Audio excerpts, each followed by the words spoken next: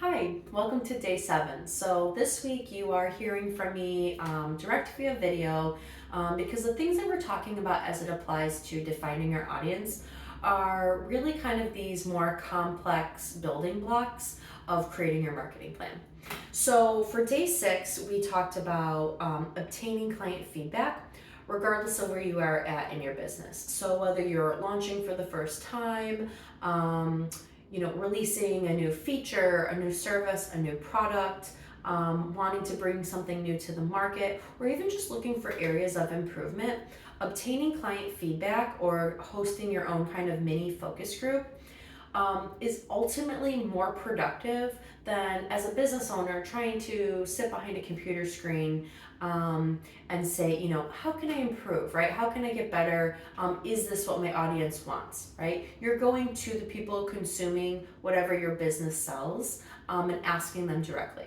My one word of advice there is if you're deciding to go to your to a trusted client or your client base for some feedback, even if it's about social media content, whatever, make sure that you have very targeted kind of questions of the answers that you're trying to get, right? Don't go in with generic questions that afterwards you're going to kind of look at and go like, well, yeah, I could have figured that out. Make sure you're asking them the questions that only they can answer. So my 2 cents on that.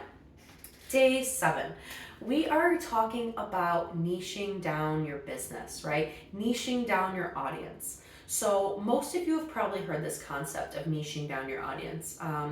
But if you're not familiar with it, basically it means narrowing it down, okay? So as a business owner, we know, okay, we want to cast, this wide net, right? Cast a wide net means you can reach more people. Reaching more people means more sales. Not how the business world works, which is why it's so important for you to be able to identify your target audience.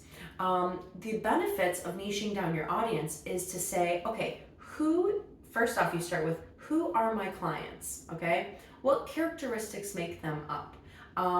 In day 6, in the day 6 email, I had 20 questions of things that you should be asking yourself. I want to make sure that you ask yourself those questions as you start to define that customer persona, okay?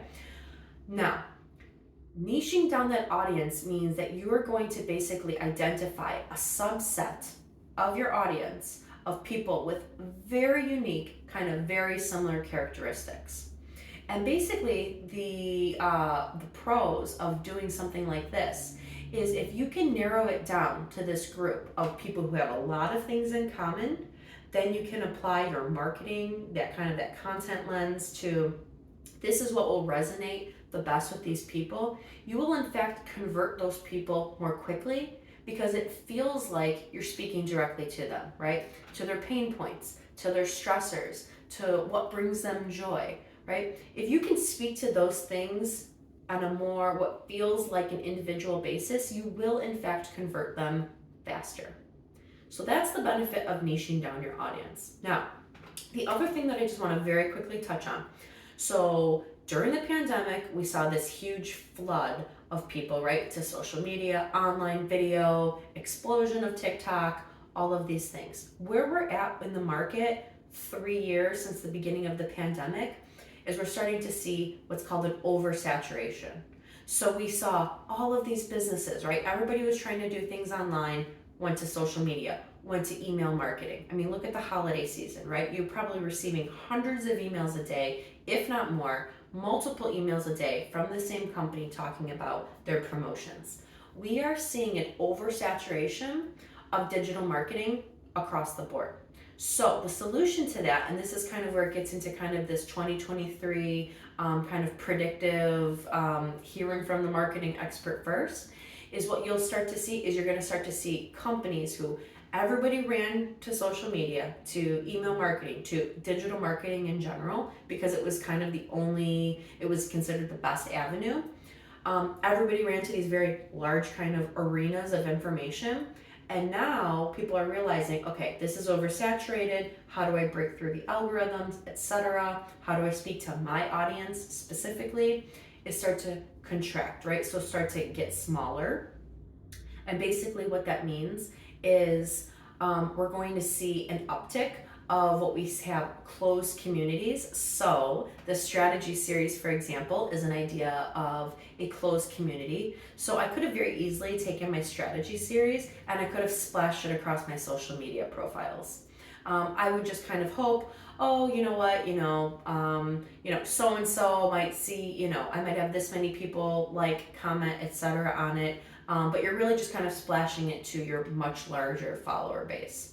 Instead, I actually solicited for people to come to me and say, yeah, this is something I'm really interested in. And now I have this niche, right, of 60 or so business owners who are really interested in the strategy, their marketing strategy of their small business. So I've in fact taken my much larger social media follower base and have niched them down into a smaller audience who just cares about this.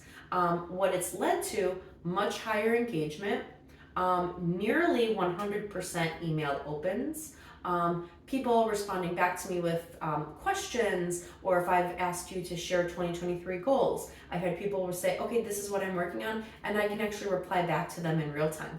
All of these concepts are exactly what's supposed to be happening on social media, but because it's so oversaturated there on those channels, I've in fact reeled it back in and kind of contracted that marketing strategy, so that I can have this closed community of engaged people who are really interested in kind of my content marketing. So that just kind of gives you a little bit of an idea of these terms, right? Niche down your business, niche down your audience, this idea of this oversaturation that digital marketing is experiencing across the board, and a solution in terms of how I've reeled that back in myself. So I hope this was helpful. If you have questions about day 6, about day 7, send me an email. I'm a real person. I'm sitting here in Chicago, kind of have like my half pajamas on. Real person, real business owner, just, doing my best. So send me your questions. I'm happy to answer them. And next week is a holiday week, so you're not going to expect any emails from me. We're going to take a brief little pause, and then once we get through that, we will hit the ground running. I will have a template for you, so that we can really start to finalize that marketing plan. Okay? Thank you so much. Happy holidays, however you celebrate. Merry Christmas to all, and a Happy New Year.